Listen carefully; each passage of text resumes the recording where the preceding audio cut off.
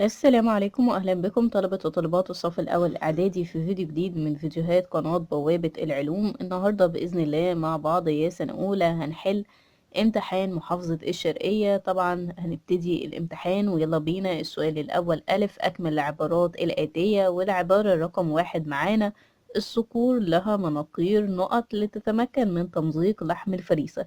طبعا مواصفات مناقير الصقور الطيور الآكلة للحوم إن هي بتكون حادة قوية. أما بقى البط بيكون ليه مناقير نقط، طبعا إجابة هتكون عريضة مسننة، هي دي الإجابة. تعالوا بينا بقى ننتقل للعبارة اللي بعدها: بيأخذ نقط شكل الإناء الحاوي له. طبعا السائل هو اللي بياخد شكل الإناء الحاوي له، بينما نقط ليس له شكل محدد. طبعا الغاز أو الحالة الغازية هي اللي مبيكونش ليها شكل محدد.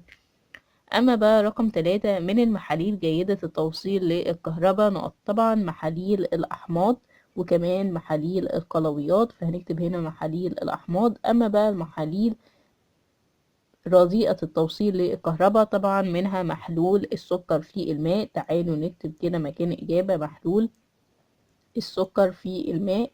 أما بقى العبارة اللي بعدها: العنصر السائل اللي بيتكون جزيئه من ذرة واحدة. طبعا العنصر السائل ده هو الزئبق.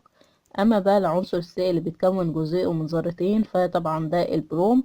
كده بالشكل ده نكون انتهينا من حل ألف في السؤال الأول. تعالوا بينا ننتقل لب، وب بعنوان اكتب الرمز الكيميائي. عايز يعرف الرمز الكيميائي لكل عنصر، وتعالوا معانا أول حاجة الصوديوم ورمزه الكيميائي Na. بعد كده طبعا الكلور ورمزه الكيميائي Cl. بعد كده طبعا المغنيسيوم رمزه الكيميائي Mg. أما بقى الكربون فالرمز الكيميائي الخاص بيه هو حرف السي. أما بقى جيم فجيم عبارة عن مسألة وعايزني أحسب طاقة الوضع. طبعا احنا عارفين إن قانون طاقة الوضع هو الوزن في الارتفاع. طبعا هو مديني هنا في المسألة كتلة الجسم 10 كيلو جرام والارتفاع 4 متر، ومعرفني إن عجلة الجاذبية بتساوي 10 متر كل ثانية. طبعا انا دلوقتي عشان احسب طاقة الوضع هكتب القانون الخاص بيها، وطاقة الوضع بتساوي طبعا الوزن في الارتفاع. لكن انا عندي حاجة هنا انه الارتفاع موجود في معطيات المسألة لكن الوزن مش موجود. طبعا هحسب الوزن، وطبعا كلنا عارفين ان الوزن بيساوي الكتلة في عجلة الجاذبية. طبعا الكتلة موجودة في المسألة وعجلة الجاذبية معروفة قدامنا من ضمن المعطيات. وطبعا هحسب الوزن عشان اقدر اني احسب طاقة الوضع، والوزن هيكون عبارة عن 10 في 10، طبعا هيساوي 100 نيوتن. كده انا بقى عندي الوزن وكمان عندي الارتفاع. هبتدي ان انا اعوض في قانون المسألة. طاقة الوضع طبعا هتساوي الوزن 10، الوزن 100 نيوتن اللي طلع الناتج. وطبعا الارتفاع عندي في المسألة 4 متر، يبقى 100 في 4، وطبعا النتيجة تساوي 400 جول. هي دي الإجابة. يعني هنبتدي نكتب المسألة بالشكل ده. كده أول حاجة طبعا الوزن نكتب القانون الخاص بيه، بعد كده نعوض، بعد كده طبعا طاقة الوضع القانون الخاص بيها ونعوض. كده نكون انتهينا من حل السؤال الأول. تعالوا بينا بقى دلوقتي ننتقل للسؤال التاني. ألف، اكتب المصطلح العلمي الدال على كل عبارة. رقم 1: مع مجموع أعداد البروتونات والنيوترونات الموجودة داخل نواة الذرة. طبعا البروتونات والنيوترونات احنا بنقول عليه العدد الكتلي. أما بقى العبارة اللي بعدها: الوحدة الأساسية لتصنيف الكائنات الحية. طبعا أنا بصنف الكائنات الحية على حسب النوع. أما بقى رقم 3: درجة الحرارة اللي بيبدأ عندها تحول المادة من حالة سائلة للحالة الغازية. طبعا دي بنقول عليها التصعيد. أما بقى رقم 4 وآخر حاجة معانا: جسيمات يمكن إهمال كتلتها ولا يمكن إهمال شحنتها. طبعا دي بتكون الإلكترونات. كده بالشكل ده نكون انتهينا من حل ألف. دلوقتي بقى هننتقل لب، وب بعنوان استخرج الكلمة غير المناسبة واكتب ما يربط بين باقي الكلمات. البراميسيوم، الأميبا، الطحالب الخضراء، اليوجالينا. طبعا الحاجة الغير مناسبة هي الطحالب الخضراء. طبعا دي لأنها نباتات لا تتميز لوجود أوراق وسيقان وجذور، لكن طبعا الباقيين دول الحاجة اللي بتربط ما بينهم إن هما كائنات وحيدة الخلية، فهنكتب كده كائنات وحيدة الخلية. أما بقى رقم 2 الحمل، الانصهار، التوصيل، الإشعاع. طبعا حاجة المختلفة الانصهار لأنه طرق انتقال الحرارة، الباقيين دول طرق لانتقال الحرارة، يعني حرارة ممكن تتنقل بالحمل، التوصيل أو الإشعاع. أما بقى رقم 3 النشادر، الماء، الأكسجين، كلوريد الهيدروجين. طبعا الحاجة المختلفة فيهم هتكون هي الأكسجين. طب الأكسجين لأنه جزيء عنصر، لكن طبعا الباقيين دول هما جزيء مركب، فهنكتب كده جزيء مركب.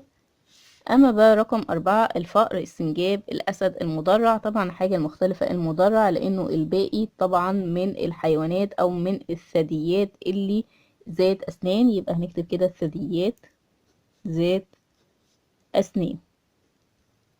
أما بقى جه معايا في السؤال التاني وبعنوان علل لما يأتي. علل بتنتهي قدم الجمل بخف مفلطح سميك. طبعا الخف المفلطح السميك ده بيكون ليه يتمكن من المشي على رمال الصحراء الساخنة وعدم الغوص فيها. هي دي إجابة العبارة الأولى.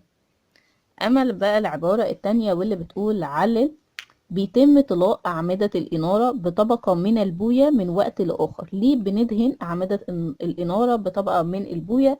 طبعا الإجابة سهلة جدا وبسيطة، والإجابة عبارة عن لحمايتها من الصدى والتآكل. هي دي الإجابة. كده بالشكل ده نكون انتهينا من حل السؤال التاني. تعالوا بينا بقى دلوقتي يا سنة أولى ننتقل للسؤال التالت. السؤال التالت ألف اختر إجابة الصحيحة مما بين القوسين. من الحيوانات التي ليس لها دعامة. حيوانات ملهاش دعامة، طبعا إجابة هتكون قنديل البحر لأنه من الرخويات أو من الحيوانات الرخوة. عند وضع قطعة من المعدن كتلتها 30 جرام وحجمها 10 سنتي مكعب في الماء فإنها نقط. طبعا إجابة هتكون تغوص. طب ليه تغوص؟ لأن طبعا المعادن بتكون كثافتها أكبر. أما بقى العبارة اللي بعدها رقم 3 في العمود البسيط بيتم تحويل نقط. طبعا العمود البسيط ده بيتم فيه تحويل الطاقة الكيميائية لطاقة كهربية. أما بقى العبارة 4 والأخيرة عدد أزواج أرجل العنكبوت نقط. طبعا العنكبوت بيكون عدد أزواج أرجله هم 4 أزواج. كده بالشكل ده نكون انتهينا من حل ألف. تعالوا بينا بقى ننتقل لب، وب بعنوان اكتب التوزيع الإلكتروني لكل من العناصر الآتية. تعالوا بينا يلا ونبتدي بالعنصر. دلوقتي بقى هننتقل للعنصر الألمنيوم، ويلا بينا التوزيع الإلكتروني الخاص بيه. طبعا أول حاجة معانا هتكون إنه هنبتدي إن احنا نكتب البروتونات أو هنكتب الإلكترونات البروتونات الموجودة في العنصر، وطبعا دي بتاخد العلامة سالب وموجب لأنه طبعا الإلكترونات بتكون سالبة والبروتونات طبعا بتكون موجبة، وطبعا هما عددهم هيكون 13. أما بقى اللي بياخد علامة موجبة فهو عدد النيوترونات الموجودة، وطبعا بيكون عددها عبارة عن إني أطرح عدد البروتونات من العدد الكتلي، يعني هيكون عددهم 14. ابتدي بقى اعمل مستويات الطاقة. طبعا اول مستوى فيه 2 اللي هو المستوى K، تاني مستوى اللي هو L بيكون فيه 8، تالت مستوى بقى KLM هيكون فيه عدد الالكترونات المتبقي معانا 3. وهكذا برضو في الليثيوم. طبعا الليثيوم هنحط كده علامة زائد وسالب وموجب، وطبعا 3، وهنا فوق موجب 4 اللي هو عدد النيوترونات. وهنبتدي اننا نعمل مستويات الطاقة. مستوى K هياخد 2، والمستوى L هيكون فيه طبعا 1. اما بقى العنصر اللي بعده والارجون، وطبعا برضو نفس الحكاية هيكون سالب وموجب اللي هو عدد الإلكترونات، وعدد البروتونات هيكون عددهم 18، وطبعا عدد النيوترونات بس هيكون 40 ناقص منها 18 هيكون 22. ونبتدي يلا مستويات الطاقة K L وكمان M، وطبعا هيكون 2 8 كده 10 وهيتبقى 8 معانا، يكون هنا في المستوى M. وتعالوا بينا بقى آخر حاجة معانا خالص H والهيدروجين. وطبعا هيكون هنا عدد البروتونات وعدد الإلكترونات هيكون هو 1، والنيترونات هيكون عددها 0. وطبعا مستوى الطاقة هو هيكون 1 بس اللي هو K، وطبعا هيكون في إلكترون 1 بس. كده نكون انتهينا من التوزيع الإلكتروني للعناصر.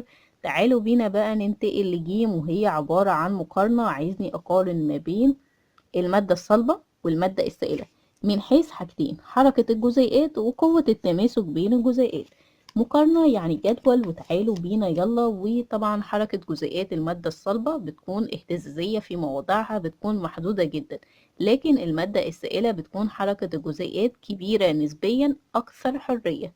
أما بقى من حيث قوة التماسك بين الجزيئات، فطبعا المادة الصلبة بتكون قوة التماسك بين جزيئاتها كبيرة جدا، أكبر ما يمكن، لكن المادة السائلة بتكون قوة تماسك ضعيفة.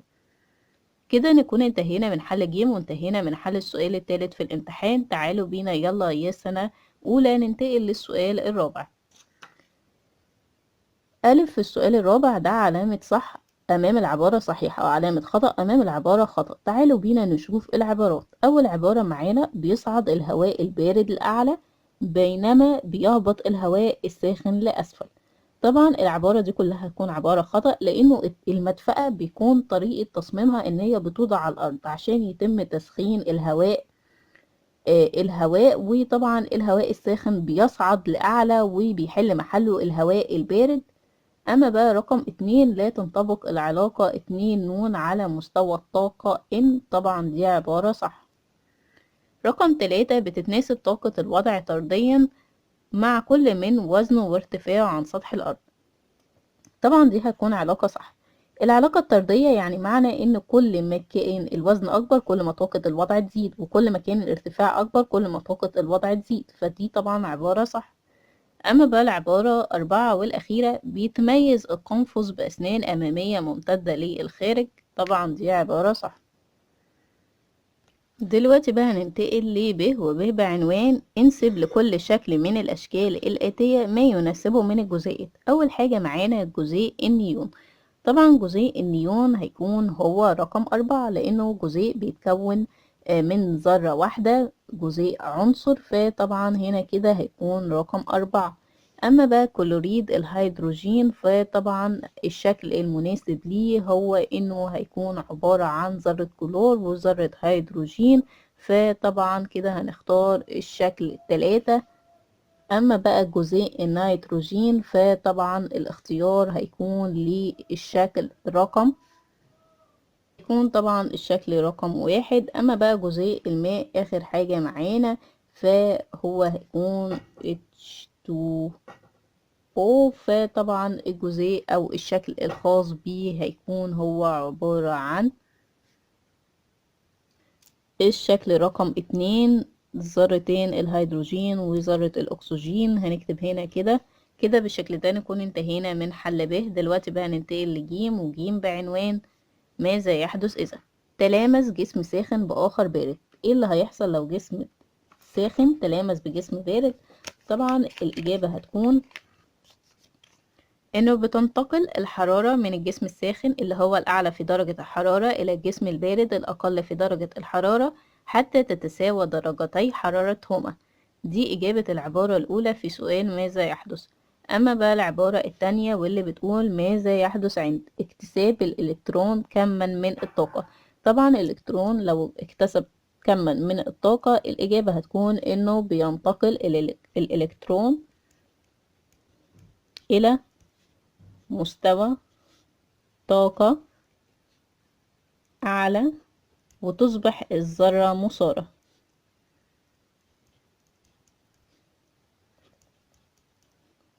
كده بالشكل ده نكون انتهينا من حل الامتحان. بتمنى طبعا ان الفيديو يكون مفيد ليكم يا سنة أولى، وإلى اللقاء في فيديو قادم بإذن الله.